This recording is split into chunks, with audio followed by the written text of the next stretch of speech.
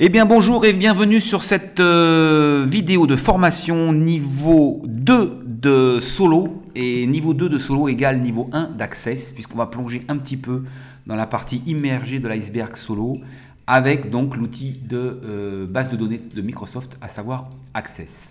Et je vais vous expliquer les rudiments, donc ce qu'il faut absolument savoir quand même, le b.a.-ba du fonctionnement et de l'architecture d'une base de données Access. Donc je vais créer une base de données vide, tout simplement, que je vais appeler n'importe quoi, test, peu importe. Alors le format Microsoft Database, c'est l'ancien, ça c'était jusqu'à 2003, et après c'est devenu ACCDB, Access Database. Ça ne change pas grand chose pour notre démonstration, voire même rien du tout.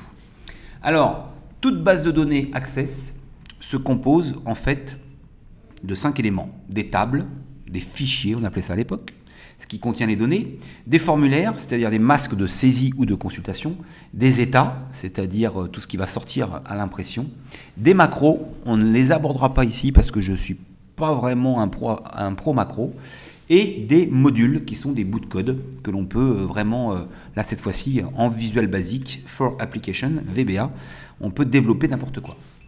Donc on va prendre un cas très simple, là je suis donc sur les objets, on le voit, type d'objet, on va avoir donc des tables, puis j'oubliais, pardon, excusez-moi, des requêtes bien évidemment, c'est-à-dire la possibilité d'interroger nos données. Donc on va illustrer très rapidement comment on crée une table, comment on crée une requête, comment on crée un formulaire, un état, et puis là on ne le voit pas, il y a les modules en plus qui sont donc tous les bouts de code vraiment en Visual Basic.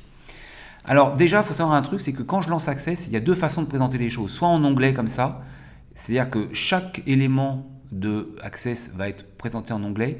Ce n'est pas ma présentation favorite, moi je préfère quand on passe dans Options, ici, Options et Base de données active, non pas mettre en document onglet, mais en fenêtre superposée. Solo est totalement développé en fenêtre superposée, ce n'est absolument pas en onglet, donc je vais mettre OK. Il faut absolument rouvrir la base de données, donc je vais la fermer et la rouvrir. Et donc vous voyez, on ne voit plus l'onglet là, et donc on a nos objets ici.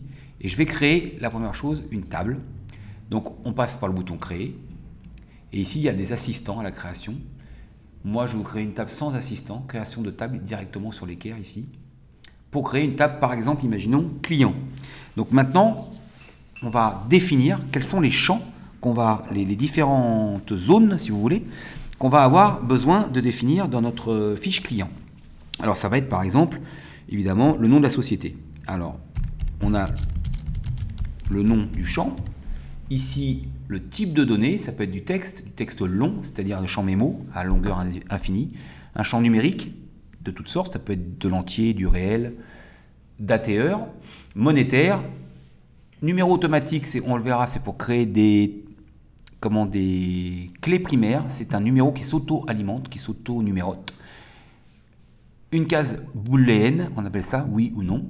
Un objet OLE, on ne les verra pas ici. Et éventuellement un lien hypertexte, un lien vers un document externe à la base de données, PDF, de document Word, document Excel, voire même site internet, etc. Donc le nom d'une société, par définition, c'est un texte court. Et ici, un texte court ne peut pas dépasser 255 caractères. Au-delà, c'est un texte long, c'est-à-dire un champ mémo.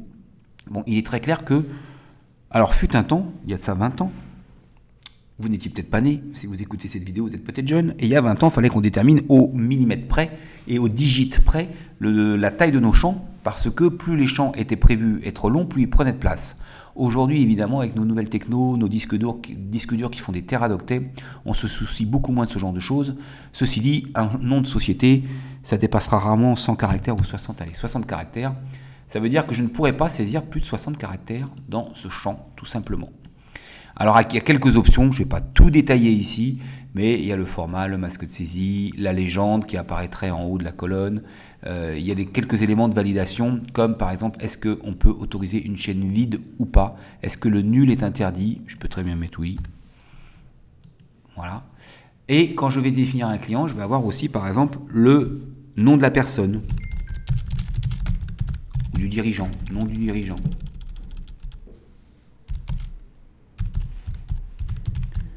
Et puis on va mettre prénom du dirigeant.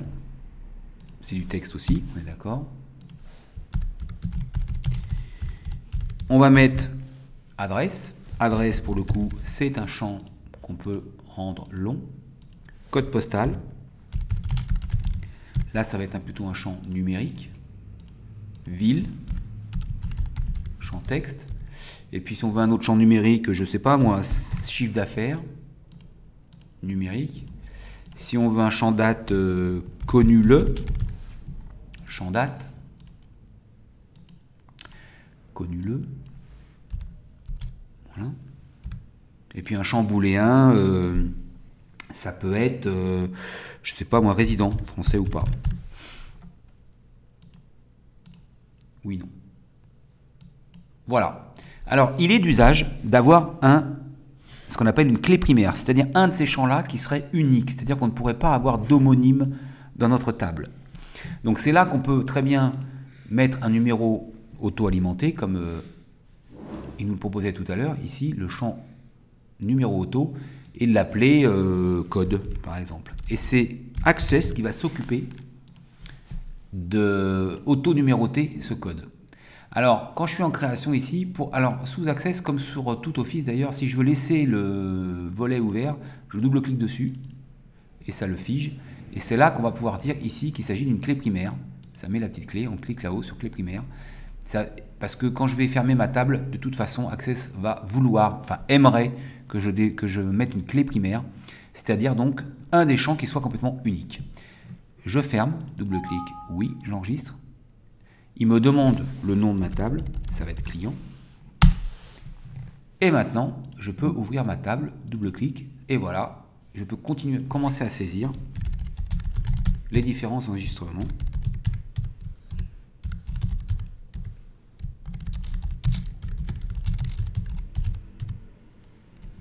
Là, je suis dans un champ numérique, on l'a vu. Si je mets des lettres, il ne va pas vouloir. Donc, c'est lui qui me force à mettre des chiffres. Ville. Connu le. Là, c'est pareil. Si je mets une date qui n'existe pas, il va me jeter. Il va vouloir une date. Et sur tous les contrôles de la date, d'ailleurs, il me propose même un petit calendrier.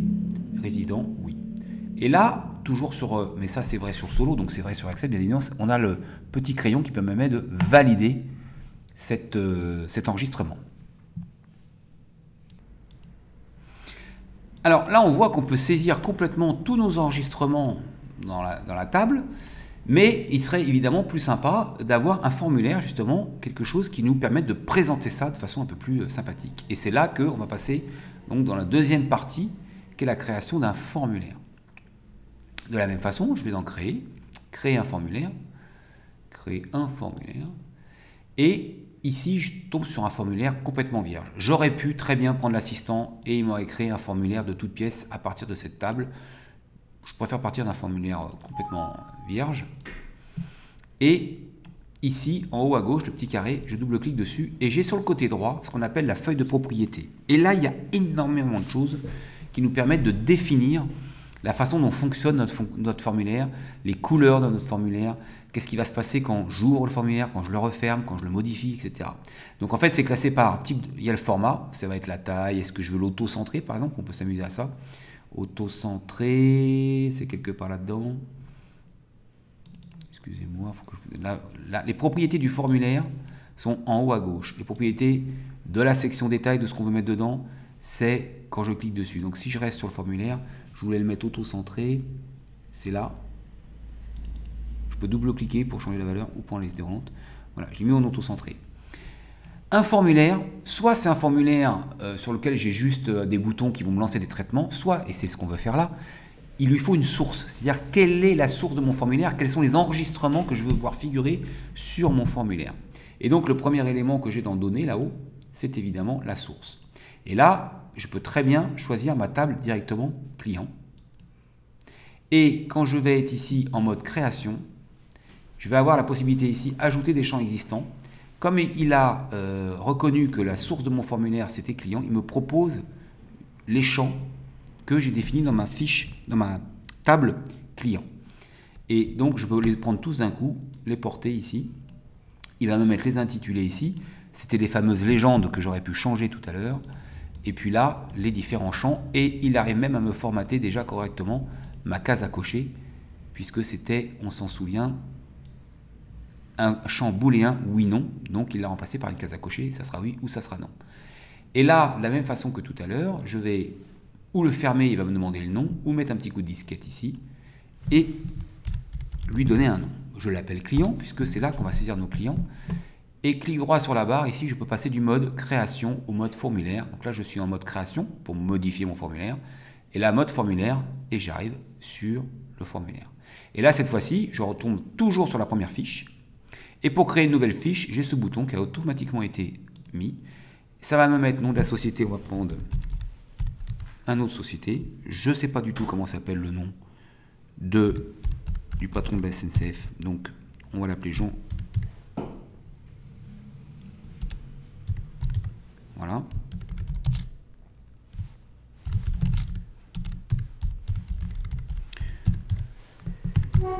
Et là, code postal. Alors, on ne sait pas le 13, c'est 75, je sais pas quoi, on s'en fiche. C'est à quelques millions. Connu le. Par exemple. On retrouve ici, puisque je suis sur un champ date, le petit widget qui nous permet de choisir une date et le petit crayon ici qui me permet de valider. Donc ce qu'il faut comprendre maintenant, c'est que j'ai deux fiches, que j'y accède comme ça, comme un peu sur un magnétophone, et que si je retourne sur ma table, j'ouvre ma table, j'ai deux fiches qui correspondent à la source de mon formulaire. Je repasse en mode création parce que l'idée d'avoir un formulaire va me permettre de justement formater un peu les champs pour que ce soit plus sympa à saisir, plus joli à saisir. Et donc par exemple ici, quand je suis en mode création, c'est format, pardon, je vais pouvoir mettre ça en gras et en rouge. Clic droit, mode formulaire, et voilà mon formulaire qui a une autre tête. Et je peux comme ça organiser complètement la saisie. Je peux prendre plusieurs contrôles, les bouger, les mettre ici. Voilà un autre formulaire. Et je peux donc choisir, par exemple, sur mon détail, dans format, griser par exemple le fond. C'est pas très joli, on va le mettre plus. Voilà. Je peux prendre mes contrôles, mes étiquettes, on appelle ça. En fait, chaque type de contrôle porte un nom un peu particulier. Ça, c'est une étiquette et ça, c'est ce qu'on appelle une zone de texte. Pourquoi une zone de texte? Parce que si je double-clique, comme je l'ai fait tout à l'heure, double-clic, ça m'ouvre ma feuille de propriété, ici sur le côté droit, qui correspond à la totalité de mon formulaire. Mais je peux très bien aller ici, dans le champ qui s'appelle nom de la société, et j'ai plein de propriétés également qui vont permettre de gérer la taille, la couleur, qu'est-ce que j'ai le droit de saisir dedans, qu'est-ce que j'ai pas le droit de saisir dedans, éventuellement qu'est-ce qui se passe quand j'ai les événements, qu'est-ce qui se passe quand j'ai mis à jour ces champs, après avoir mis à jour, si je le modifie, si je ne le modifie pas, quand ma souris arrive dessus, quand ma souris part de ce champ. Donc j'ai plein de... Et comme par exemple dans Autres, j'ai un truc sympa qui est l'infobulle quelque part. La texte barre d'état, c'est ce qu'il va y avoir écrit en bas. On le voit, la message à afficher dans la barre lorsque le contrôle est activé. Donc par exemple, barre d'état, ça va être renseigner la raison sociale de l'entreprise. Et puis il y a aussi ici, quelque part, l'infobulle. Elle est où l'infobulle? Là, ici. Donner le nom de l'entreprise. Je repasse en mode formulaire. Et quand je vais survoler le champ, il doit y avoir l'infobulle. Voilà, donner le nom de l'entreprise. Et quand je clique dedans, en dessous, il y a marqué renseigner la raison. Bon, je me suis un peu trompé, j'ai fait des fautes de frappe. Renseigner, ça c'est ce qu'on appelle la barre d'état. Et il y a plein de propriétés comme ça. Je vous laisse les fouiller. Qui concerne le format. Ici, évidemment, quand je suis dans format, je pourrais très bien mettre un contour plus gros, un contour en rouge, un remplissage en bleu clair. Voilà, tout ça, c'est ce qui concerne le format de mon champ. Alors, on n'appelle pas ça un champ dans Access, on appelle ça un contrôle. En fait, on est dans du développement un peu objet, et ça s'appelle un contrôle. Ce contrôle est de type texte, c'est-à-dire, là, il y a tous les types de contrôles qui sont ici, en haut, sur la barre d'outils. Donc ça, c'est une zone de texte. On va avoir les étiquettes. Ça, c'est une étiquette. On va avoir des boutons. Donc, je vais pouvoir faire un bouton, par exemple, pour ouvrir ou pour fermer mon formulaire, par exemple. Ou imaginons que je veuille faire un bouton qui me permette de créer. Si, par exemple, ça, j'ai pas envie de le donner à mon utilisateur en bas, et j'ai envie d'avoir un bouton créer, eh bien, clic droit, propriété, enfin mode création. Je vais aller sur les propriétés de mon formulaire, et quelque part dans format, je vais avoir ici boutons de déplacement, ils sont ici. Les boutons de déplacement, c'est le 1 ou 2 qu'on avait. Si je mets non, je repasse, vous voyez, j'ai plus de boutons de déplacement. Donc je peux plus créer là, à ce moment-là. Alors bien sûr, il y a toujours des menus en haut, des barres qui me permettraient de le faire. Mais imaginons que j'ai envie de faire un bouton nouvel enregistrement. Je vais prendre ce bouton, ce contrôle, je vais tracer mon bouton, tout simplement, sur mon formulaire. Et là, je vais laisser Access me guider. Là, je vais faire une opération sur enregistrement. C'est non, c'est déplacement entre enregistrement, opération sur formulaire, je cherche, c'est nouveau que je cherche. Non, c'est celui-là. Ajouter un nouvel enregistrement, j'étais dessus. Opération sur enregistrement, ajouter un nouvel enregistrement. Suivant. Ici, je peux très bien avoir un bouton, atteindre nouveau, c'est ce qu'il a mis là, c'est pas très joli. Je peux d'ailleurs afficher toutes les images et voir ce qu'il a d'autre à me proposer comme icône, on va dire. Vous pouvez aussi aller chercher une image sur votre disque dur en .bmp, .bitmap, et puis vous pouvez mettre du texte. Donc je vais mettre nouveau par exemple. Là il me donne un nom, on en reparlera, vous pouvez le laisser, par défaut il vous trouve un nom qui est le nom en fait du module, du bout de code qu'il va y avoir derrière. Alors je vais l'appeler nouveau pour qu'on aille le voir tout à l'heure, c'est pas du tout obligatoire, vous faites terminer. Et là ça y est, vous avez un bouton nouveau.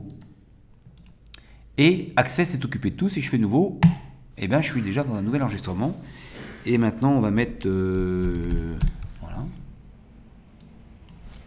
une autre société. Je valide avec mon petit crayon. Et donc, si je vais sur ma table, j'ai donc bien maintenant 3 enregistrements. D'accord ? Mais j'ai plus rien pour me balader. Donc, on pourrait très bien aussi, si on a envie de recosmétiser complètement nos formulaires, créer un bouton suivant, créer un bouton précédent. Le parti que j'ai pris, et là je fais tout de suite une aparté avec Solo, c'est de, autant que faire se peut, ne jamais créer des fonctions que Access nous propose en standard. Donc vous ne trouverez jamais un bouton nouveau dans Solo, ni un bouton suivant, ni un bouton précédent. Et pour cause, il suffit dans le paramètre de notre formulaire, on l'a vu tout à l'heure, de rafficher les boutons de déplacement. Et j'ai plus besoin de mon bouton nouveau puisque je l'ai en dessous. Tout est déjà fait, premier, dernier, ça me compte mes enregistrements. Donc je ne vois pas l'intérêt de refaire des boutons qui prennent du temps, qui prennent de la place, qui sont moins ergonomiques. Donc en plus que là, il y a en plus chercher. Donc si je cherche SNCF, tout est déjà prévu ici pour chercher dans ma base. Donc je ne vois pas l'intérêt, moi personnellement, je trouve Access est un produit extraordinaire. Donc j'ai laissé tout ce qui était bon dans Access, je l'ai laissé sans avoir à le redévelopper évidemment pour Solo proprement dit. Ça c'était une parenthèse très très importante. Alors il me faudrait des heures pour rentrer dans le détail de ce qu'on peut faire et du type de propriété qui existe pour chaque contrôle. Par exemple, truc tout bête, ici on voit il n'y a pas la séparateur tous les 1000, il n'y a pas les virgules, donc ça c'est le genre de choses que vous allez avoir sur un champ texte, sur un champ numérique, pardon, ici dans format. Vous avez plein de formats différents, donc on peut prendre euro, fixe, etc. Moi je prends souvent standard, qui va me mettre 2 décimales et la séparation tous les 1000. Voilà. Donc vous pouvez absolument tout changer en termes de format, en termes d'alignement. Donc dans le format, vous avez déjà pas mal de choses ici pour les polices, pour les fonds, pour la tête qu'ont vos contrôles. Et puis toujours aller dans la feuille de propriété. Alors elle s'efface, si je veux la remettre, double-clic dessus ou clic droit, feuille de propriété. Et alors il y a même la possibilité ici de faire clic droit, mise à jour, mise en forme conditionnelle. Alors là c'est un peu plus compliqué, mais ça vous permet, pourquoi pas, de le mettre en gras ou de le mettre dans une autre couleur si une condition est respectée dans le formulaire sur lequel je me trouve. Typiquement, je sais pas moi, numéro, tiens, si je fais, on va voir nouvelle règle, valeur du champ supérieure à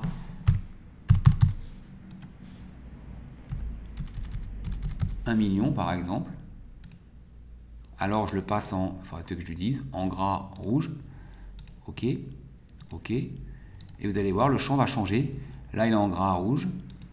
Et là, il est en noir. Et s'il est à 1 200 000, il va passer en rouge automatiquement. Voilà.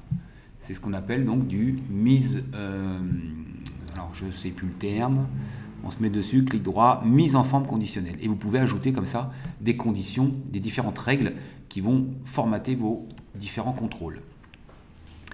Un formulaire peut se présenter sous forme ici de fiche. Et puis quelquefois on aime faire des formulaires qui se présentent sous forme de liste. Alors je vais faire un copier-coller de ce formulaire. Je retourne ici. Alors on peut tout afficher, il suffit de mettre tous les objets, comme ça j'ai tout. Copier-coller. Et je vais lui donner un autre nom de formulaire client liste par exemple. Clic droit, mode création. Et là, je vais passer sur, au niveau du format de mon formulaire, en formulaire continu. Ça veut dire quoi? Vous allez voir tout de suite. C'est que là, voilà, j'ai des enregistrements les uns au-dessus des autres. Alors évidemment, on a tendance plutôt à les présenter autrement.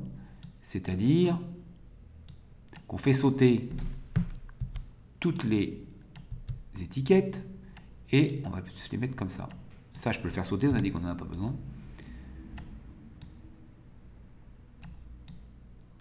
Alors, je vais vous faire une chose. Quand je veux aligner ça, je peux faire ça, ça, ça, ça, ça. Je prends tout, clic droit, et là j'ai plein de trucs qui me permettent d'aligner en haut. Ça les aligne. Clic droit, aligner à gauche. Ça les met sur le côté gauche. Et je vais les mettre directement là-bas. Je referme. Je passe en mode formulaire. Et là, voilà, j'ai la possibilité de saisir.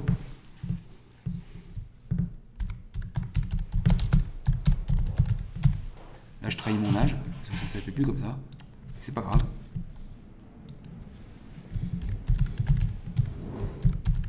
Là, je saisis directement, en ligne, directement mes différents enregistrements. Donc, ce sont deux modes de saisie différents dans mon formulaire.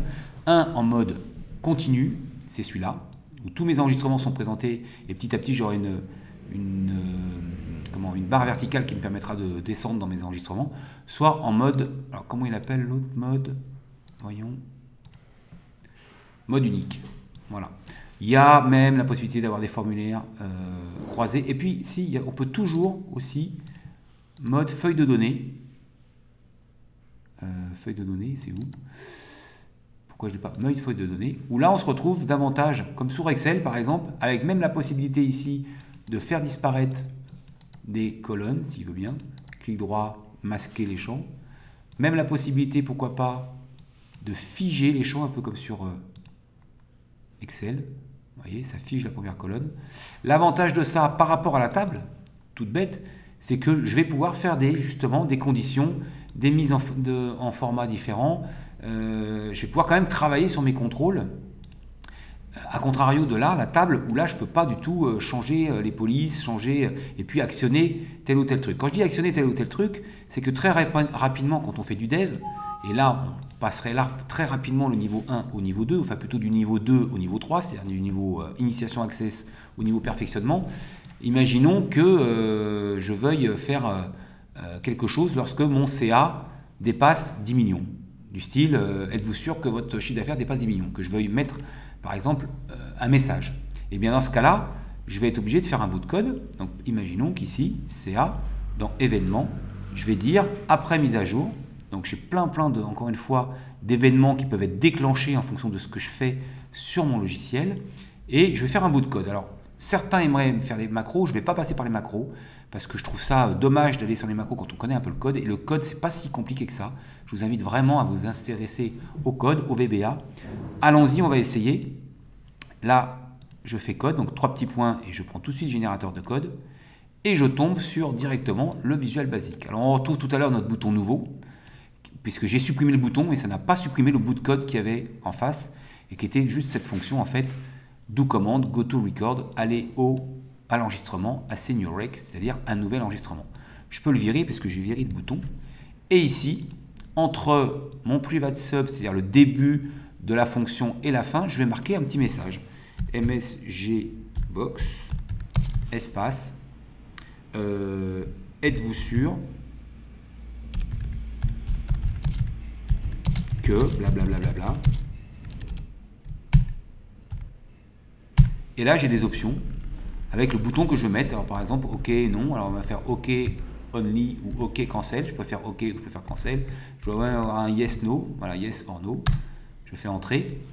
Là, j'ai pas mis de condition. Ça va me le faire dès que je vais sortir de mon contrôle.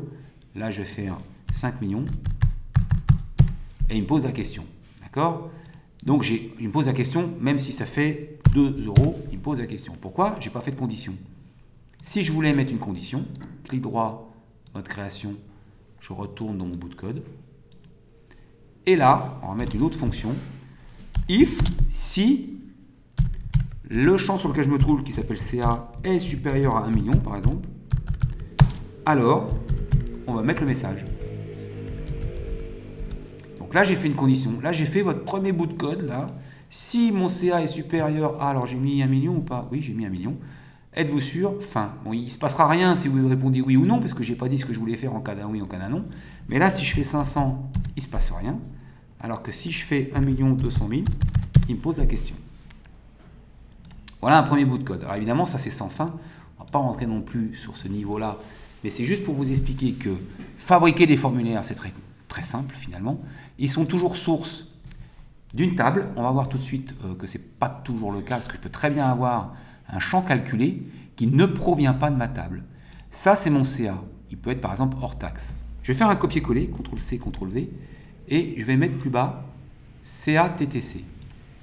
Et je vais multiplier sur mon formulaire ça par 1.20 pour me donner ça. Donc je vais dans ce truc-là, et la chose la plus importante quand on est dans un contrôle, c'est de donner sa source. La source, là, c'est l'un des champs, parce que j'ai fait un copier-coller, l'un des champs de ma table client. Or, moi, je voudrais que la source, ce soit égal CA multiplié par 1.20. CA, il le connaît, puisque c'est le champ CA qui contient CA. Je fais entrer. D'accord? Et ça sera toujours égal automatiquement.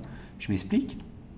Voilà, là, quel que soit ce que je mets ici, dès que je valide, ou même dès que je sors d'ailleurs, dès que je sors du champ, il me recalcule ça. Pourquoi? Parce que la source de ça est une formule de calcul qui provient, si vous voulez, des autres champs. Et ça, c'est très important parce qu'on s'en sert énormément également dans Access, dans une base de données, pour afficher quelque élément qu'on soit. Alors, ça pourrait être des champs, l'affichage pourrait être très très varié en fonction des informations. Je ne sais pas, il n'y a rien qui me vient à l'esprit comme ça. Qu'est-ce que je pourrais vous citer comme exemple? Par exemple, si vous voulez connaître depuis combien de jours on a connu le client, je peux très bien faire connu depuis. Et là, je vais mettre source, je vais mettre égal la date d'aujourd'hui moins connu-le. Alors, les champs, il est d'usage, les noms de champs, de les mettre entre crochets. D'accord? Donc, date moins connu-le, c'est-à-dire la date du jour. Là, c'est -1, pourquoi? Parce que j'ai mis le 28 et qu'on est le 27 aujourd'hui, voilà, tout simplement. On est le 27-11 quand je fais cette vidéo, donc si je mets le 1-11, voilà, tout de suite, il me met 26 jours. Et si je mets le 1-1-2000, il me calcule le nombre de jours qui me sépare de 2000 à aujourd'hui, tout simplement. Enfin non, oui, c'est ça, de 2000 à aujourd'hui. Ok? Donc, des champs qui proviennent de la table, soit des champs que je calcule et qui me permettent d'afficher des choses et des machins sur mon formulaire.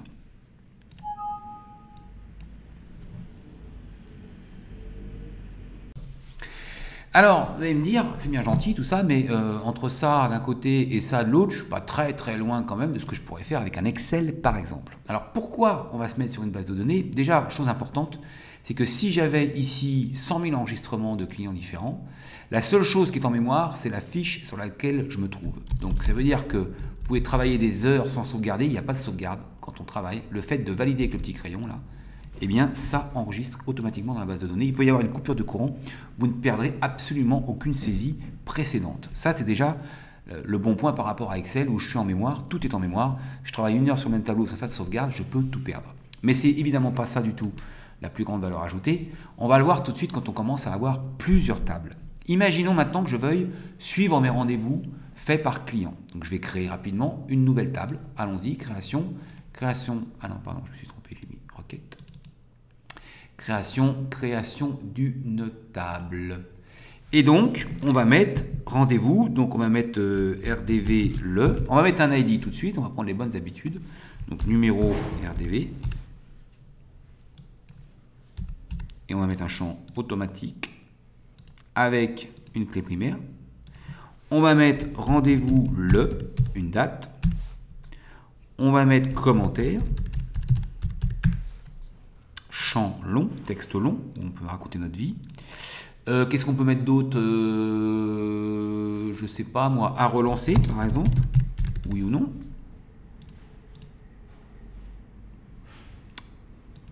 Oui ou non, pardon. Et puis durée du rendez-vous. On pourrait mettre date de début, date de fin, enfin on pourrait durée du rendez-vous, mais champ numérique. Voilà. Ça, c'est très bien, mais il faudrait quand même que je sache à quel client, évidemment, ce rendez-vous est lié. Donc, je vais mettre client. Et je vais mettre un texte. Et je ferme. Je l'appelle RDV. Et j'ai une table de rendez-vous. Et là, je peux mettre rendez-vous le 15-11, commentaire vu, je sais pas moi, proposition X. À relancer, oui. Durée de rendez-vous, j'ai mis de l'euro, j'ai fait n'importe quoi. C'est pas grave, 10 minutes, on va le changer. Et puis le client, XXX. Et là, je peux valider. Or, je n'ai aucun client qui s'appelle XXX. Et donc, c'est là que on va rentrer vraiment dans le cœur de ce qu'est une base de données relationnelle. Access est un outil de SGBDR, système de gestion de base de données relationnelle. On va créer une relation entre cette zone-là et cette zone-là, ou plutôt ce code-là, d'ailleurs. Alors là, on voit que le code est unique, c'est mon code client, d'accord? Et là, j'ai mis de l'alphanumérique. Donc déjà, c'est une erreur. J'aurais dû mettre, si je veux faire un lien entre ce champ-là de ma table rendez-vous et ce champ-là de ma table client, code, il faut absolument que ce soit le même type. Donc ça, c'est du numérique, même s'il est auto-numéroté. Donc ici, je vais mettre du numérique. Il va me jeter sûrement. Eh bien oui. Pourquoi? Parce que j'avais mis XXX dans un champ numérique et ça, il n'aime pas. Donc il l'a enlevé, il l'a supprimé. D'accord? Donc, ici, je peux mettre 2 pour dire c'est lié au client 2. Mais je peux mettre 99. Il n'y a rien pour l'instant qui empêcherait de mettre un code client qui n'existe pas. Donc on va regarder ce que c'est qu'un MCD, un modèle conceptuel de données, c'est-à-dire la relation qui existe entre les différentes tables. Et ça, vous allez le trouver dans outils de base de données, relations. Il nous propose les tables. On va mettre client, on va mettre RDV. Voilà mes 2 tables avec mes champs. Et je vais donc dire que ce champ-là est lié à mon code. Je le tire et je le lâche. Et là, il me dit, voulez-vous appliquer l'intégrité référentielle, c'est-à-dire obliger absolument à ce que lorsque je saisis un rendez-vous, je mette un numéro d'un client qui existe. Voulez-vous mettre un jour en cascade, parce que j'aurais très bien pu, par exemple, le mettre sur la nom de société, et si mon nom de société change, et bien que ça change tous les rendez-vous qui sont en amont avec le nouveau nom. Et voulez-vous effacer en cascade, ça veut dire si j'efface un client, est-ce que j'effacerai aussi les... Alors, j'ai fait dans le mauvais sens, autant pour moi. C'est dans ce sens-là qu'il faut le faire. Voilà. Est-ce que si j'efface un client, j'efface aussi tous les rendez-vous qui y correspondent? D'accord? Je mets oui, je mets non, c'est comme vous voulez. On peut mettre créer oui. Alors, évidemment, il faut que les tables soient fermées pour que ça marche. Je vais fermer mes tables.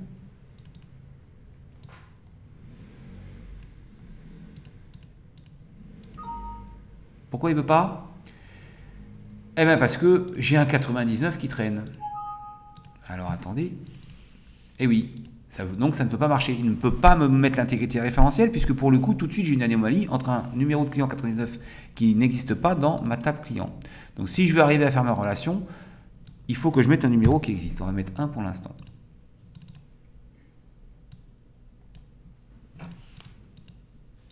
Cette fois-ci, ça passe. J'ai une relation. Je ferme.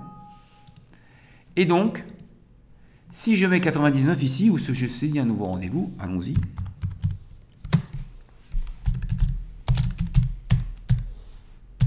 Et que je mets 99, il ne veut pas.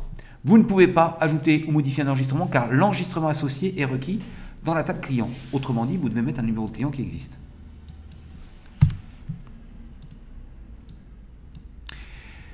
Donc, on a créé une relation là réelle entre nos clients et nos rendez-vous. Ce qui serait intéressant sur ce formulaire-là, c'est d'avoir en dessous les rendez-vous de ce client. Et là, on va faire un formulaire d'abord qui présente les rendez-vous. On va faire tout de suite un formulaire. On peut très bien ici, je me mets sur la table, je vais dans créer, je fais assistant formulaire, j'ai même ici formulaire, clac. Vous voyez qu'en un clic, il m'a fait un formulaire rendez-vous. Le problème, c'est qu'il est de type, rappelons-nous, continu. Non, il est de type, je ne me rappelle jamais du terme, format unique. Or, ce serait quand même sympa d'avoir plutôt un formulaire, parce que donc là, si je prends ça comme ça, il existe, hein, c'est pas le problème. J'ai déjà mes rendez-vous, mes 2 rendez-vous que j'ai saisis. Ok, alors on va changer 2 choses. Mon formulaire va s'appeler rendez-vous. On va surtout changer mon histoire de type. Là, clic droit sur ma table, mode création. Le durée du rendez-vous, j'ai mis monétaire, c'est n'importe quoi. C'est date et heure, ou non, ou numérique. Ça dure tant de minutes. Voilà. Et donc, je reviens sur mon formulaire rendez-vous. Il ne me plaît pas comme ça. J'ai envie de le mettre vraiment. Numéro de rendez-vous, d'abord, c'est beaucoup trop haut. Oh.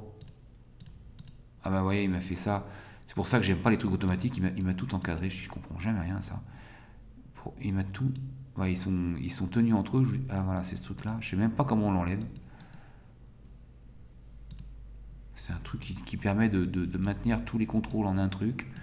Bon, ok, on va refaire un formulaire de toutes pièces, parce que ça me fatigue. Donc je vire ce formulaire, supr. Oui. Et je vais créer vite fait un formulaire de toutes pièces, vierge. Clic droit, mode création, source de mon formulaire, évidemment, la table RDV. Mode de formulaire, tout de suite, je passe en mode continu. Et on va mettre ici, créer quel champ. On va amener tous ces champs-là. Eh bien, voilà. Et une fois qu'ils sont là, on va les retoucher un peu. Le numéro, la date bien sûr, le commentaire bien sûr, à relancer, je peux le mettre là, durée ici, en dessous, pourquoi pas, et le client, pour l'instant on va le mettre là.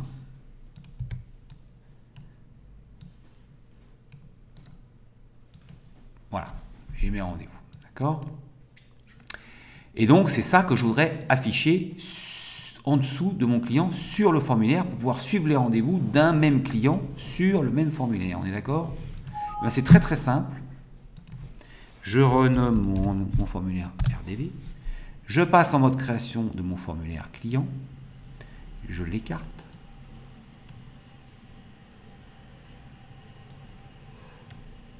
Je lui laisse la place. Et je vais venir prendre rendez-vous ici et le déposer tout simplement. Ici. Je le retaille. Et je vais aller voir tout de suite une fonction très importante. Clic droit, propriété. Dans données, je vais définir ici. Ah, il l'a fait lui-même d'ailleurs, mais il s'est trompé. Non, il ne s'est pas trompé. Eh bien, il ne s'est pas trompé parce qu'on a fait la relation avant. C'est pour ça que c'est bien de les faire avant.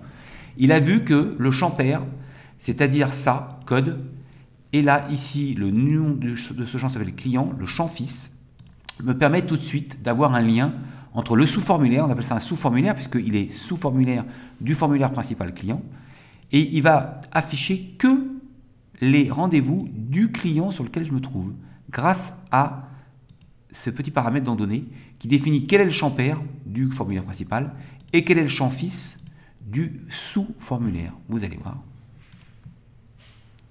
Voilà, là j'ai le rendez-vous 1. Là j'ai test 2. Et sur le troisième, j'ai pas de rendez-vous. Si je saisis un rendez-vous tout de suite, par exemple en date du 15-2, teste le 15.2 sur RATP. Je valide. Si je fais précédent, suivant, on voit que les rendez-vous suivent. Et en plus, il vient me mettre automatiquement 3 ici, parce que j'ai fait un lien, justement, champ père, champ fils. Si je tape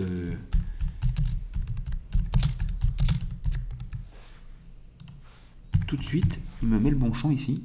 C'est pour ça que, quand je repasse en mode création, ce champ-là, finalement, n'apporte rien, puisqu'il est automatiquement géré par Access.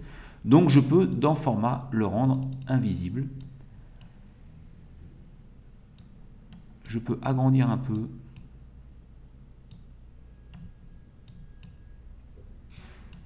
Mon champ, mon sous-formulaire. Peut-être réduire un peu ça. Et je passe en mode création. Et voilà. Je peux saisir maintenant mes rendez-vous.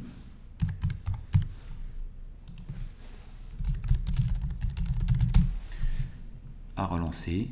Ça a duré 1 heure. Je valide ma ligne. Et donc, la saisie se fait automatiquement dans un sous-formulaire. Donc maintenant, j'ai 2 tables qui se remplissent avec ce champ-là qui se remplit au fur et à mesure en fonction de ce que je saisis dans mon sous-formulaire. C'est une notion qui est vraiment un peu plus compliquée que simple formulaire, mais vous comprenez bien toute la puissance parce que vous pouvez très bien avoir aussi, par exemple, ici, et ça sera le cas sur Solo, on le verra quand on rentrera dans le vif du sujet sur Solo, des sous-formulaires qui soient les factures, qui soient les actions qui sont menées, qui soient les rendez-vous, qui soient les contacts qui sont liés à celui-là, etc., etc. Et donc, le MCD, c'est-à-dire le modèle conceptuel de données, les relations qui existent entre les différentes tables, on l'a vu là avec 2 petites tables, vous verrez sur Solo que ça ressemble vraiment à une toile d'araignée parce que toutes les tables ont des relations entre elles, de façon à ce qu'il y ait une homogénéité des données qui sont saisies dans les différentes tables qui concerneraient les éléments d'une autre table. Ça va être le cas, par exemple, un truc qu'on connaît bien quand on fait du développement, c'est entre la facture, l'entête, le numéro de la facture, et les lignes de facture. Bien évidemment, je vais avoir une facture avec le nom du client, qui va être attaché au client, la date, le montant hors taxe de la facture, et puis en dessous, je vais avoir un champ, une sous-table, qui sera les lignes de facture, et qui seront liées par le numéro, justement, pour pouvoir avoir autant de lignes que je veux pour une même et unique facture. C'est typiquement ce qu'on vient de faire là, avec des clients et des rendez-vous. Alors, on a vu là la création de table, la création de formulaire. Ce qu'on va voir là maintenant, c'est la génération des requêtes. La gestion des requêtes, puisque c'est une évidemment plus-value quand on fait de la base de données, c'est d'interroger nos données. Alors évidemment, ce n'est pas du tout intéressant quand on a 4 clients qui se battent en duel. Donc je vais rapidement monter 700 nouvelles fiches. Je fais un copier-coller d'une autre base. Bon, à peu près. Donc je suis allé chercher voilà, un fichier que j'avais, j'ai fait un copier-coller. Si les colonnes, si vous avez d'ailleurs tout de suite des tableaux Excel à monter, vous les montez, il faut surtout que les colonnes soient dans le même sens. Voilà, lui il s'occupe ici, vous le mettez à la fin, le code il s'occupe de le faire lui-même, et puis il vous monte comme ça, vous faites un copier-coller d'un tableau Excel directement dans Access, dans Solo, on le verra, mais surtout là on est en train de parler d'Access. Donc là j'ai 726 contacts, donc déjà, si je vais ici et que je lance mon fournisseur, je vois en dessous 726. Et donc c'est maintenant qu'on va s'amuser à utiliser les requêtes. Les requêtes, ça sert à interroger mes données. Alors il y a un truc déjà qui existe en Access qui est absolument génial, qui est le clic droit, qui me permet de filtrer les informations. Donc par exemple, si je voulais tous mes clients dans le 97, je pourrais faire clic droit dans le code postal, égal à 97, différent de 97, inférieur. J'ai même commence plus petit que... Ah non, mais ça c'est un chiffre. Alors j'ai mis un chiffre, donc c'est une mauvaise... voilà. Je peux faire sur un champ texte, filtre texte, contient, ne contient pas, commence par, imaginons, contient Paris. Et là, je vais avoir en bas, ici, 34 fiches qui contiennent Paris, enfin, dont la ville est égale à Paris. Donc déjà, ça me permet de filtrer. Je peux même filtrer évidemment en mode feuille de données et travailler sur la feuille de données elle-même. On l'a vu tout à l'heure, hein, les différents formats d'affichage de mon formulaire. Et pourquoi pas faire un mailing, si j'avais renseigné l'emailing du emailing ou du mailing par téléphone. Donc ça permet de filtrer. Et en plus, on peut filtrer, on peut cumuler les filtres. Par exemple, CA Paris et ici, filtre texte supérieur ou plus petit que, on va faire plus petit que 1000. J'en ai 685. Alors, je n'ai pas cumulé les deux là, c'est pas possible. Donc, je recommence. Je vais dire ex filtre contient Paris 34. Et ça, je vais cumuler ça, pardon, plus petit que 1000. Voilà. Parmi les 34, il y en a 28 qui sont inférieurs à 1000. Et puis, je peux mettre ici, clic droit, connu, filtre texte, cette année, par exemple. Alors, je vais prendre beaucoup, mais j'en ai un. Celui que j'ai saisi tout à l'heure. Ah non, rien à voir. Mais bon, c'est pour vous dire que vous pouvez filtrer comme ça directement sur vos formulaires. Mais les requêtes vont nous permettre d'interroger en mettant les paramètres avant. Je vais vous faire voir tout de suite. Donc, dans requête, j'en ai pas encore, je vais faire créer une nouvelle requête. Et on va déjà commencer par dire quelle table je veux interroger. La table client. Et là, je peux très bien dire déjà quel champ je veux voir. Par exemple, le nom de la société, le nom du dirigeant et le code postal uniquement. Et je veux les codes postaux qui... Alors, c'est dommage, j'ai pas mis un texte. J'aurais dû mettre un texte. D'abord, j'aurais dû sur un code postal parce que le code postal 01800, par exemple, ça sera 1800. Il est incapable de mettre le 0 non significatif. Donc, retenez cette info. D'ailleurs, on va le changer tout de suite. Je ne vais pas pouvoir... On va y revenir. Table. Client. Là, d'ailleurs, ça va nous faire un cas d'école sur le code postal qui est ici. Tous ceux qui commencent par 0 ont sauté. Ça, c'était 06156. D'accord? Pourquoi? Parce que j'ai mis un champ numérique, c'est une erreur. Code postal numérique, on va le remettre en texte. Ça ne va pas lui poser de problème. Il va nous remettre les chiffres dans un champ texte. Ça, c'est aucun problème. J'enregistre d'abord. Pas de souci. Il nous aligne à gauche, signe que c'est du texte. Par contre, il ne nous a pas mis les zéros. Ça, c'est sûr. Ici, il faut que je remette le 0 à la main. Et évidemment, j'en ai 726. Je risque d'y passer du temps. Ça va nous faire un cas d'école pour remettre comment je vais faire pour remettre les zéros automatiquement sur les champs des codes postaux qui font que 4 caractères. Ben, c'est typiquement avec une requête qu'on va faire ça. Alors, on va d'abord voir une requête interrogation, puis on fera une requête mise à jour tout à l'heure. Donc, je retourne dans créer requête. Je reprends ma table client, puisque c'est là-dessus que je veux travailler pour l'instant. Et donc, je voudrais, par exemple, le nom de la société, le nom du dirigeant, je l'ai mis 2 fois. Le code postal et le CA, et je veux que les codes postaux qui commencent par 75. Ben, je peux mettre dans critères. En fait, la première ligne, c'est les champs. Deuxième ligne, c'est la table dont provient ce champ. Le tri, je peux les trier par ordre croissant, par exemple, ou par ordre décroissant de CA, par exemple. Ensuite, c'est est-ce que j'affiche ou pas cette colonne. Les critères de filtre. Donc là, je veux comme 75 étoiles, ça veut dire commence par 75 étoiles. J'aurais très bien pu mettre 75 001. Tout de suite, j'interroge, exécuter. Et là, j'ai les deux fiches qui ont 75 001. D'accord? Si je repasse et que je fais 75 étoiles, ça veut dire qu'il commence par 75. D'ailleurs, Access me met tout de suite comme. Là, je vais avoir que je fasse exécuter ou passer en mode feuille de données, ça revient exactement au même. Et là, donc, par ordre décroissant de codes postaux, de chiffre d'affaires, il me donne les 35 qui commencent par 75. Je peux ensuite, d'ailleurs, les retrier A à Z ou les filtrer. Je veux, par exemple, ici, clic droit, filtre texte, plus petit que 1500. Je peux encore, à l'intérieur d'une requête, faire des filtres. La requête m'ayant permis, quand je mode en post-création, d'abord de dire quel champ je veux voir figurer, quels sont les critères en dur que je veux, et ensuite je pourrai encore filtrer à l'intérieur une fois que j'ai lancé ma requête. Alors, ici j'ai mis en dur 75, mais je pourrais très bien, par exemple ici, faire une question, c'est-à-dire plus petit, CA inférieur, ah non, pardon, inférieur ou égal à la question que je me pose. CA inférieur à, point d'interrogation. Donc là, il va me faire un filtre, mais il ne connaît pas ça, la réponse à ça. CA inférieur. On le met entre crochets et il va me poser la question. Regardez. CA inférieur à 2000. Je donne la réponse et il fait le filtre. Là, c'est inférieur à 2000. Je repasse en mode création, je réexécute. Là, je risque d'avoir tout le monde. Voilà. D'accord? Et je pourrais mettre entre supérieur et inférieur. Et on peut très bien s'amuser à ça. Inférieur à et supérieur à, alors supérieur ou égal, CA mini, point d'interrogation, et inférieur à CA maxi, point d'interrogation. Il va me poser donc deux questions quand j'exécute. CA mini, par exemple, 100, CA maxi, 1500. Et là, il me trouve tout de suite les enregistrements de la table client qui correspondent à ces critères. Ce qui ne m'empêche pas, encore une fois, et j'ai mis 75. Ce qui ne m'empêche pas, par exemple, de dire je veux que ceux qui commencent par G, clic droit, contient G ou commence par G.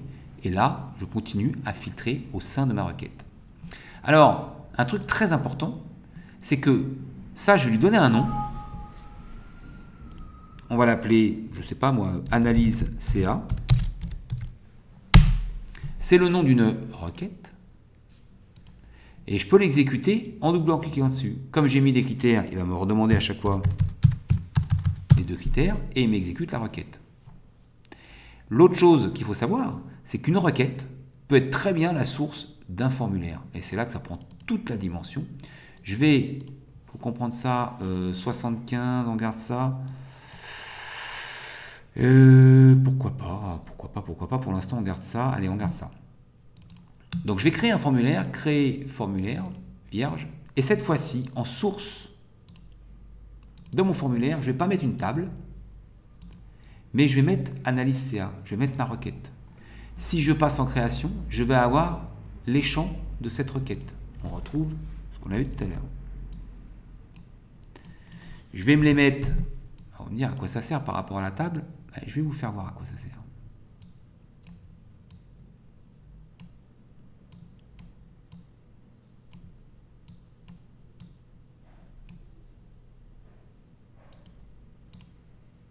Je vais faire un formulaire continu.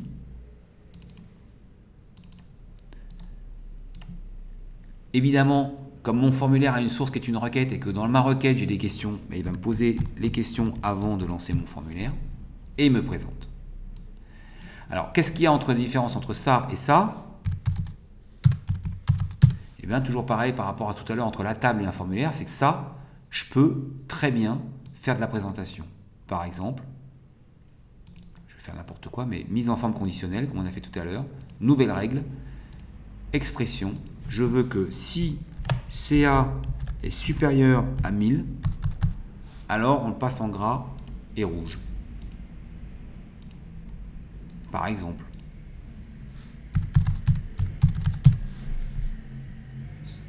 Donc j'ai pas mis le CA en rouge, j'ai mis les noms en rouge. J'ai fait une expression avec une mise en jour, une mise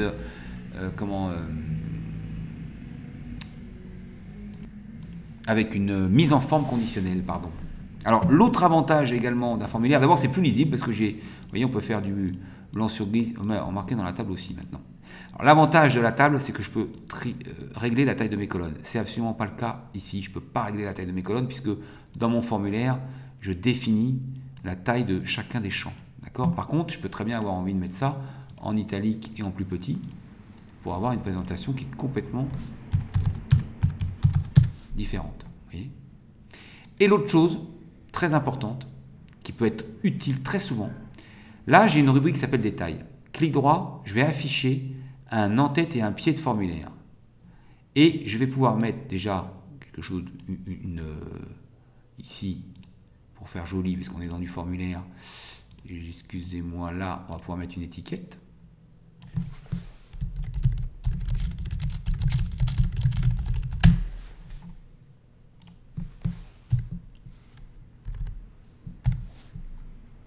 Que je peux formater comme je l'entends. Et surtout, je vais pouvoir en pied de formulaire faire le cumul de mon CA en fonction des filtres. Et alors là, vous allez voir, je fais un copier-coller pour ne pas avoir à le retaper, mais copier-coller, je le mets là.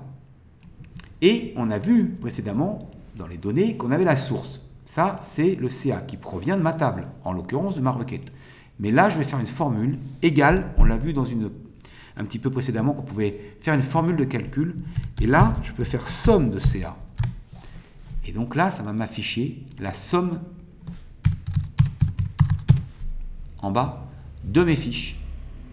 Et si je filtre en disant par exemple je veux que les G, clic droit commence par G, évidemment mon total là est le total des lignes affichées. Et alors là ça prend une dimension bien évidemment beaucoup plus importante. On ne peut pas faire ça dans une requête. Je n'ai pas la somme dans une requête, nulle part. A contrario d'Excel où il me suffit de noircir la colonne pour avoir en bas à droite le total de cette colonne. Là c'est pas du tout le cas. Donc on va se servir des formulaires pour afficher des cumuls, des moyennes, des écarts types, etc., etc. Je défiltre. Vous avez vu que là, c'était filtré. En amont, c'est filtré toujours par les critères de ma requête, plus de 100, moins de 1500. Par contre, ici, si je dis, par exemple, fini par 2, clic droit, se termine par 2, je n'ai que ceux qui terminent par 2. Et là, je peux défiltrer, c'est vrai toujours, pour récupérer, attention, entre 100 et 1500, puisque c'est ce que j'avais renseigné au lancement de ma requête. D'accord? Alors, on va s'amuser à regarder d'autres choses. Ce truc-là, on va l'appeler analyse CA. C'est le nom de mon formulaire. Maintenant que j'ai un formulaire qui s'appelle analyse CA, il est basé sur ma requête. Je peux double-cliquer dessus. Ça me demande mes deux critères. Parfait. Mais je pourrais très bien envie maintenant d'avoir un menu qui me lance mes clients et qui me lance mon analyse CA. Comment on va faire ça? On va créer un formulaire de toute pièce qu'on va appeler menu, création formulaire, vierge, clic droit mode création, et on va faire un bouton qui ouvre client et l'autre qui lance analyse CA. Très simplement, créer, création, bouton, je mets mon bouton, et là, opération sur formulaire, ouvrir un formulaire, suivant, lequel client, suivant, ouvrir le formulaire. Ici, je pourrais très bien aller choisir une icône, un dessin sur mon bouton ou mettre le texte. Je lui donne un nom ou pas. Moi, je vais bien lui donner des noms. J'ai un premier bouton.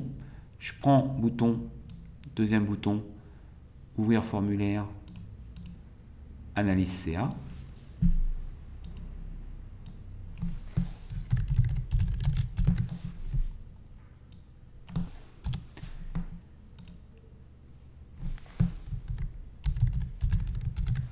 C'est pour donner un nom à mes codes, hein, parce que derrière, il y a un petit bout de code, on l'a vu tout à l'heure. Voilà. Ça, je le fais propre. Éventuellement, je prends une étiquette que j'appelle menu.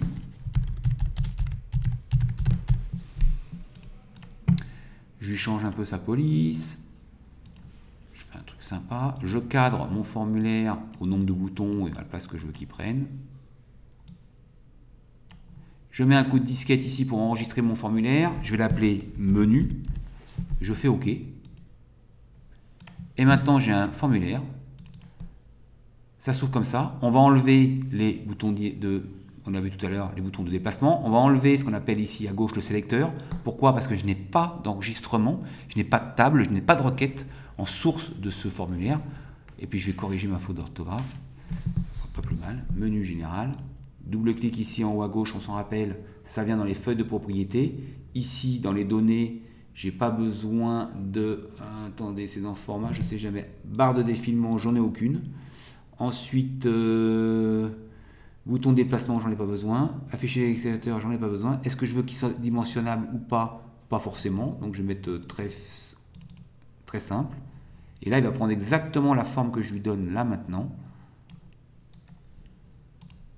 Voilà, je ne peux plus le dimensionner, c'est beaucoup plus propre. Fichier client, ça m'ouvre mon fichier client. Fichier analyse, ça me pose la question. Et ça m'ouvre ma requête. Ça m'exécute ma requête et ça m'ouvre le formulaire qui est lié à la requête.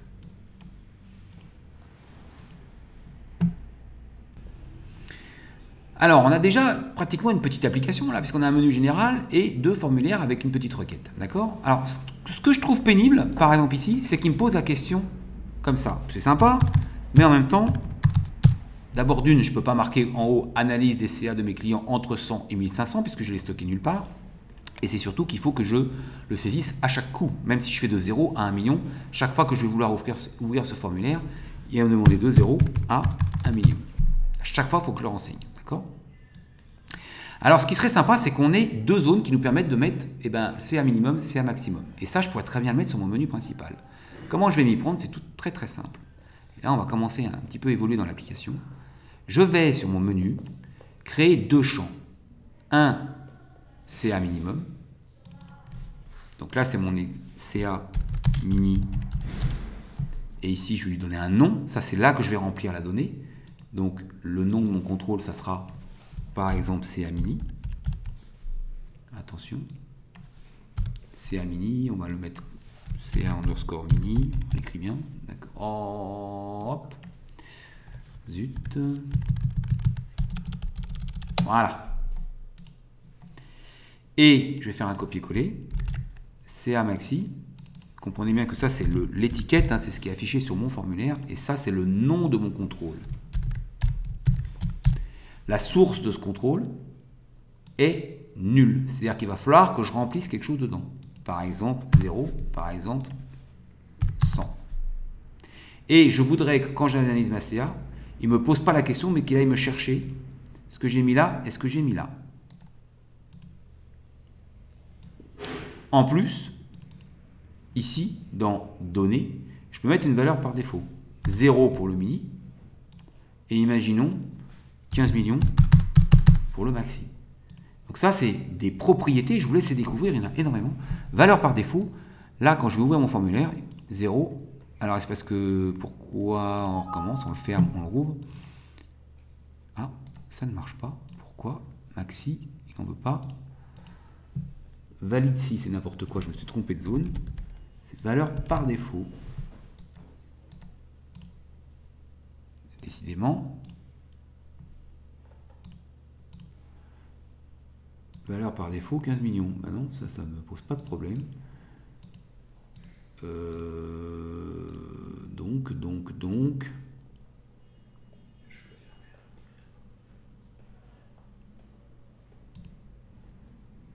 On va dire que c'est du standard. En format. Il n'aime pas mon 15 millions? Comment ça se fait ça? Il y a une raison à tout. Quand vous avez un problème comme ça, cherchez jusqu'à ce que mort s'en suive. Il y a une raison à tout. Dans Access, pardon. Donc pourquoi ce champ-là, CA maxi, il a décidé valeur par défaut? Peut-être parce que c'est trop gros, j'y crois pas une seconde.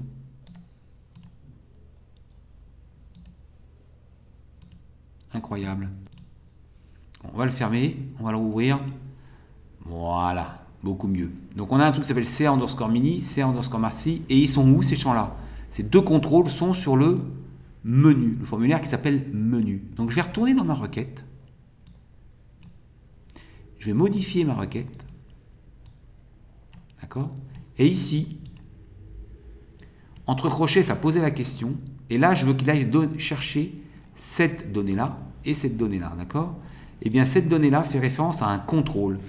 Et en fait, on va taper forms. Vous allez voir qu'il va le transformer en forme formulaire. Le nom du formulaire, point d'exclamation, le nom du contrôle, CA mini. Et inférieur à formulaire. Comment il s'appelle mon formulaire? Menu. Et mon contrôle, CA maxi.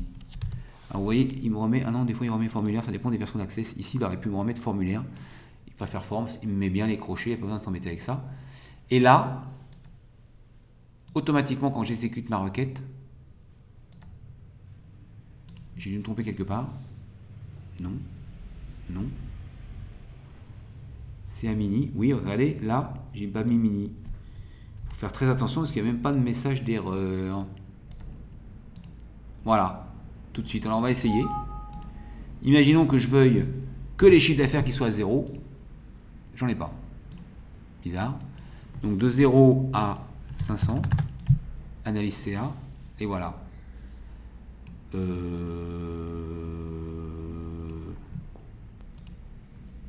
Pardon, là j'ai mis 5000, donc celui-là il sort. Si je mets 1000, voilà, j'ai que ceux qui sont inférieurs à 1000. Et j'en ai quand même à 0. Donc je suis étonné qu'ils ne me mettent pas. Si je fais 0 à 0, ah parce que j'ai mis strictement. Alors c'est là qu'il faut faire très attention. Si je mets 0, là j'ai supérieur ou égal à 0 et inférieur ou égal. Parce que sinon c'est strictement. Donc si vous voulez faire quelque chose bien et que vous voulez tous les chiffres d'affaires à 0, voilà, là j'ai les 18 fiches dont le chiffre d'affaires est à 0. Et si je veux CA mini 1000, 2000, voilà. Et là je peux commencer à m'amuser à lancer une requête qui est la source d'un formulaire et qui va automatiquement présenter les données que j'ai envie sans avoir à... enfin, avec une ergonomie, on va dire, une grille de saisie beaucoup plus intelligente que si j'avais à chaque fois l'obligation de rentrer les choses. Et surtout, quand je lance mon appli, donc quand je lance mon menu, une fourchette déjà prédéfinie, ce qui m'abroge de renseigner quoi que ce soit, puisque j'ai déjà les deux grandes fourchettes qui me permettent de tout présenter. D'accord ? Donc on voit que là, c'est nos limites, hein, c'est en fonction des informations que vous avez à gérer que vous allez pouvoir comme ça faire un menu qui va vous ouvrir des fiches qui vont permettre de saisir des informations, de saisir des sous-informations si on va dans des sous-formulaires, et de les présenter de façon diverse et variée, soit sous forme de formulaire, avec des totaux comme j'ai fait là, toujours pareil, hein, on n'oublie pas que la présentation provient des contrôles et donc des feuilles de propriété qu'il y a sur chaque contrôle. Là, si je veux remettre ça, imaginons en euros, en monétaire, il va me le séparer tous les 1000, il va me mettre le sigle euro, voilà, c'est beaucoup plus propre, d'accord ? Donc c'est là qu'il faut travailler sur tout ce qui est ergonomie, présentation de vos différents champs, de vos différentes tables, de vos différents contrôles. Juste pour conclure là-dessus, avant qu'on passe aux états, c'est que comment je fais pour lancer ce menu automatiquement? Parce que regardez, si je ferme cette base de données et que je l'ouvre, elle s'appelle test, je n'ai pas mon menu qui s'ouvre. Il faut que j'appuie sur menu ici. Eh bien, c'est vraiment l'exception qui confirme la règle. Je vais faire une petite macro. Alors, je ne sais même pas où elles sont mes macros d'ailleurs. Tellement je ne m'en sers pas. Pourquoi elles ne sont pas là? Macro. Bon, créer une macro. On a ça là quelque part. Putain, je m'en sers tellement. Pourquoi j'ai pas mes macros? Macro là, pardon, excusez-moi. Et là, créer macro, je vais faire ajouter une option. Alors, je m'en sers jamais, donc on va faire ouvrir formulaire. Je crois que ça existe quelque part. Ouvrir formulaire. Ce formulaire s'appelle menu. Et c'est à peu près tout. Je referme. Et pour qu'elle s'exécute au lancement de ma base de données, la seule chose à faire, c'est de l'appeler auto-exec. Auto-exec, la macro qui se lance automatiquement à l'ouverture de ma base de données. Je la referme. Je l'ouvre. Et là, il m'ouvre mon menu. Ce qui veut dire que là, ça y est, j'ai une application. Je vous fais voir. Il suffirait de faire un raccourci sur mon bureau vers cette base de données pour que tout de suite, on en arrive ici. Je vous fais une démonstration. Par contre, je ne sais pas où je l'ai stocké. Où est-ce que je l'ai stocké? J'en sais, fiche rien. Dans Documents. Donc, je ferme. Je vais dans Documents. Elle est là. Je fais un raccourci sur mon bureau.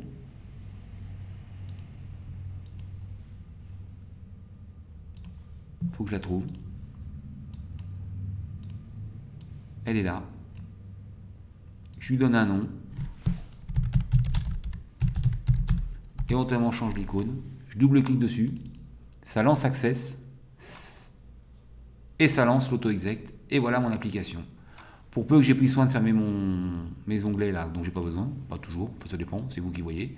Et j'ai mon application qui me permet là déjà de travailler. Voilà une application faite en moins d'une heure sous Access. J'espère que ce début vous a été profitable. On va regarder vite fait quand même, je vous avais promis de regarder aussi le dernier point qui concerne les états.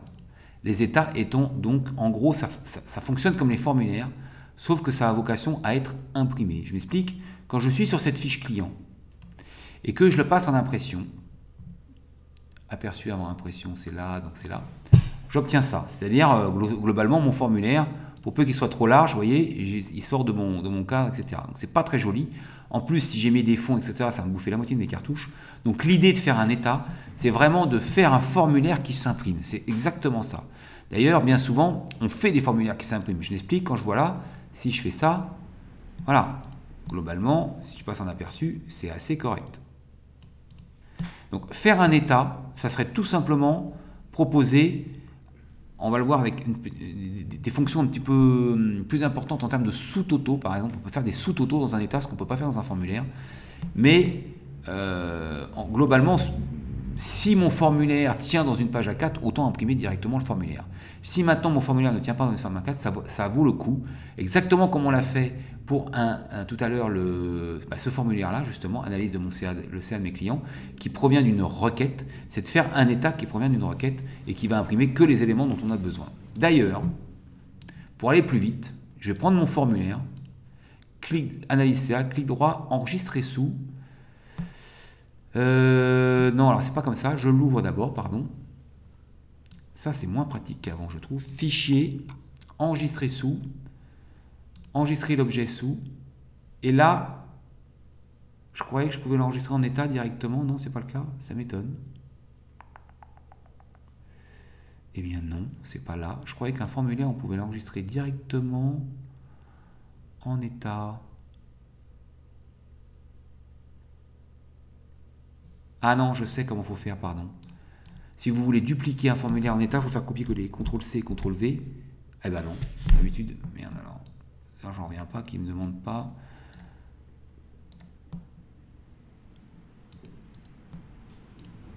Non. Alors, je suis très surpris. Donc, ça veut dire qu'il va falloir qu'on crée un état. Bon, c'est pas grave, on va créer un état. Allons-y. Ce que je vais faire, c'est que je vais copier là la source. Analyse CA. Créer état. Il est où mon état? État, ici, toujours pareil, un peu comme donc on va faire état vide. Je passe en mode création. Je double-clique là. Je prends analyse CA. Éventuellement, je reprends ça, copier. Je le colle dans détail, coller. Ça m'évite de tout refaire. Le titre, copier. Coller. Voilà. Alors l'état, lui, il est automatiquement en mode continu. Hein. C'est-à-dire qu'il va afficher de toute façon les enregistrements les uns après les autres. Je peux même prendre le total, copier, je le copie, alors pas en bas de page. Il faut créer un bas de rapport.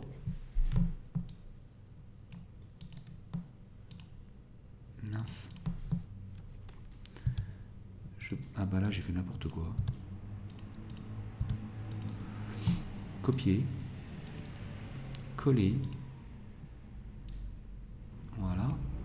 Je fais attention que ce soit, si je veux que ça tienne dans un 21-29/7 inférieur à 19 cm, disons. Et voilà mon état qui tout de suite, lui, passe en impression. Autant tout à l'heure on passait par le formulaire et puis on le rendait en impression. L'avantage, je vais vous faire voir, moi pourquoi je préfère faire des états, des formulaires qui s'impriment, c'est que si je décide ici dans mon formulaire de les trier par ordre alphabétique, quand je vais l'imprimer après, ça sort de la page, mais on s'en fiche pour l'instant, il est trié. Alors que dans un état, c'est vous qui déterminez à l'avance la façon dont vous voulez qu'il soit trié. Donc là, il est trié par ordre, je ne sais pas de quoi d'ailleurs. C'est comme la requête, logiquement c'était par ordre décroissant de chiffre d'affaires. Mais dans un état, ça fait partie justement des fonctionnalités d'un état, c'est qu'on va pouvoir, clic droit, ici, trier, regrouper, c'est en bas d'ailleurs, on le voit ici. Je peux ajouter un tri et dire que je vais les trier par ordre de nom de société, par exemple.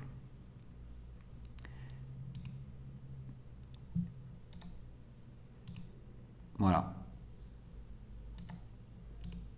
J'aurais très bien pu les mettre par ordre de CA, en allant du plus grand au plus petit, ou du plus petit au plus grand, par ordre décroissant. Voilà, ça me trie par ordre décroissant. Alors, L'autre avantage, c'est, comme je vous l'avais dit, et en fait pour moi c'est le seul, si on a affaire évidemment à des formulaires qu'on pourrait interroger, trier, filtrer en amont pour pouvoir les présenter, c'est les sous-totaux. Par exemple, je pourrais très bien les trier par ordre de code postal. Valeur entière, je pourrais très bien dire par premier caractère, et je vais prendre les deux, par les deux premiers caractères. Alors, il me le propose même là. Donc, là, on est par ordre de code postaux. Les 75. Alors, j'ai mis des critères? Non. Pourquoi j'ai que du 75? J'en sais rien.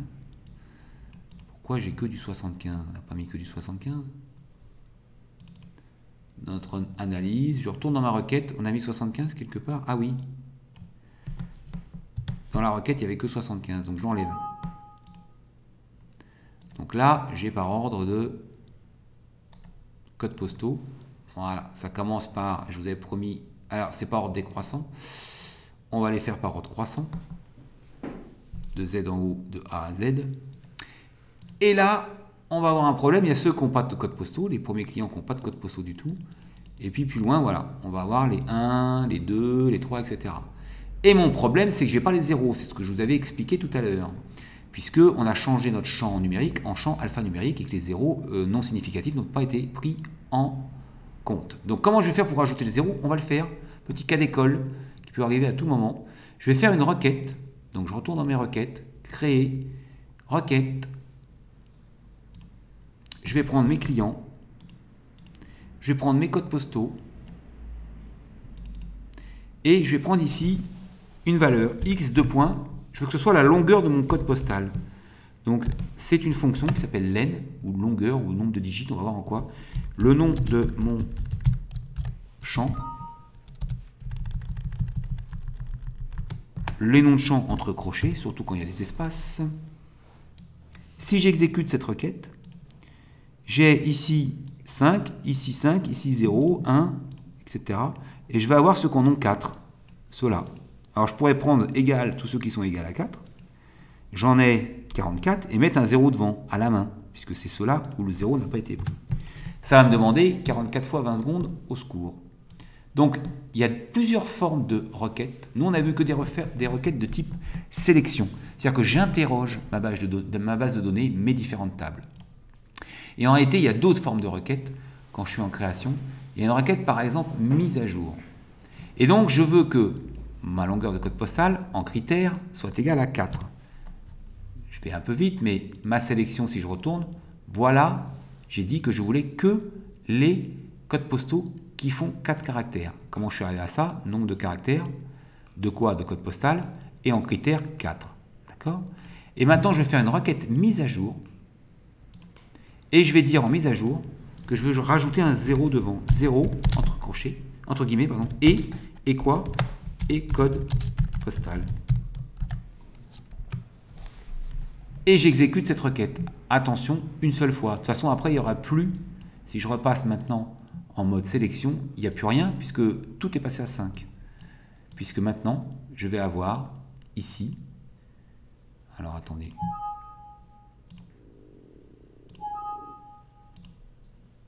si je fais analyse CA, ou même si je fais d'ailleurs fichier client, sauf que je ne les ai pas mis, donc je vais aller dans ma table client, je vois que dans code postal, il est où? Il est là. Maintenant, je dois avoir des trucs qui commencent par 0. Voilà, ici 0. Et il suffit de les trier par ordre croissant. Et voilà, les 40. Si je fais clic droit, commence par 0. Je retrouve mes 44, non? Il y en avait 47. 47, ah oui, il y avait 2 où il n'y avait rien. 47 champs qui commencent par 0. Un code postal qui commence par 0. Tout ça pourquoi? Pour maintenant revenir sur mon état. Ici, analyse, où je voulais faire un sous-total, pourquoi pas, du chiffre d'affaires par département, puisque les deux caractères de gauche de mon code postal sont les départements. Donc là, il m'a mis code postal, trié par ordre, oui. Alors, tout à l'heure, j'ai mis 2, mais je ne sais pas où il est, on va voir si ça marche. Et je vais donc ajouter un groupe et on va faire un pied de groupe sans Toto, avec Toto.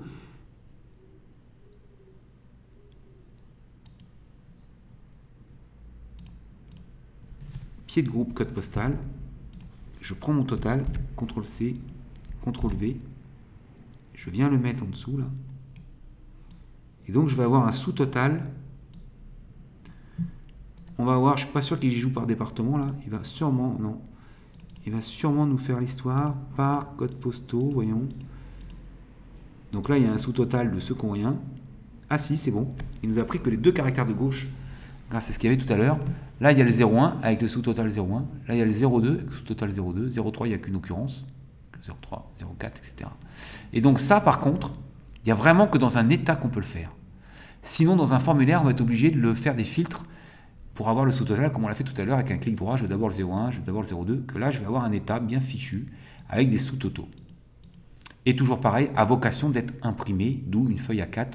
Je peux très bien, effectivement, par la mise en page, régler, le faire en paysage, le faire sans portrait, le faire sur plusieurs colonnes. Ça a vraiment vocation à être imprimé, à la différence d'un formulaire. Je comprenais bien ça. Alors, si je voulais lancer cet état à partir de mon menu, il me suffirait sur mon menu, clic droit mode création, en dessous, de créer un nouveau bouton, créer bouton,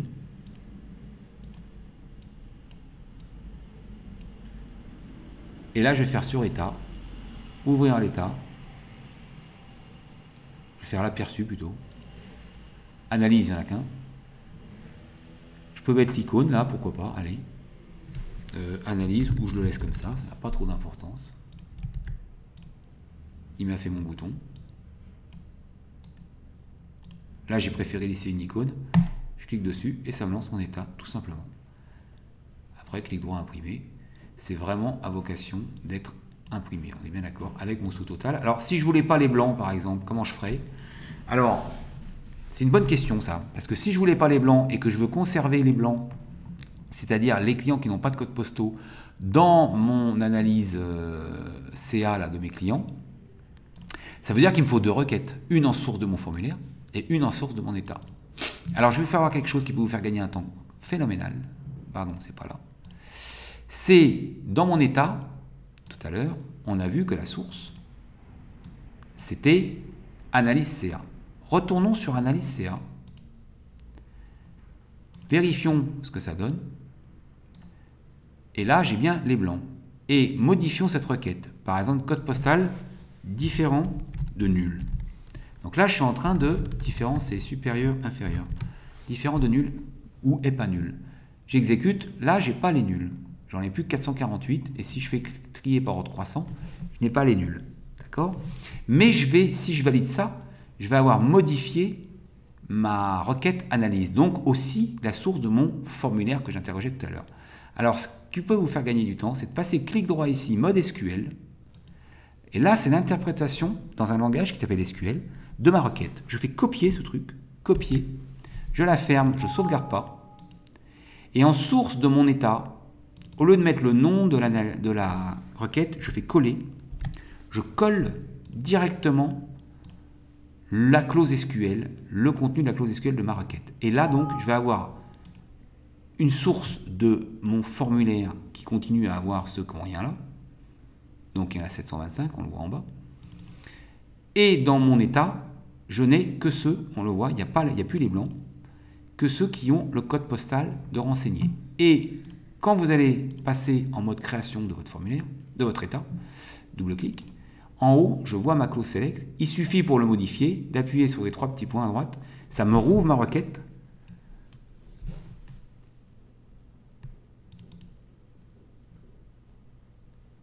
Et par exemple, qu'est-ce que je pourrais changer? Je ne sais pas moi. Je peux rajouter encore un autre truc. Nom de société, je ne sais pas moi, inférieur à L. C'est-à-dire que les premières lettres de l'alphabet. Je fais oui, ça change la clause. Et là, j'ai plus que des noms de société qui sont inférieurs à L. Donc je peux avoir une source plus compliquée, enfin, quelle qu'elle soit. Moi, je vous invite, si vous pouvez, si vous avez des requêtes pas trop compliquées, de les mettre directement en source de vos états, de vos formulaires. D'abord parce que vous pouvez les retrouver d'un clic ici, et parce que ça vous évite d'avoir trop d'objets, une fois qu'on en est là, Je n'ai pas besoin d'avoir toutes les requêtes qui sont la source de tous mes états ou de tous mes formulaires. Quand je dis formulaire, c'est exactement la même chose. Ceci dit, je vais vous faire voir un truc. Je lance mon analyse ici. Clic droit, mode création. Okay.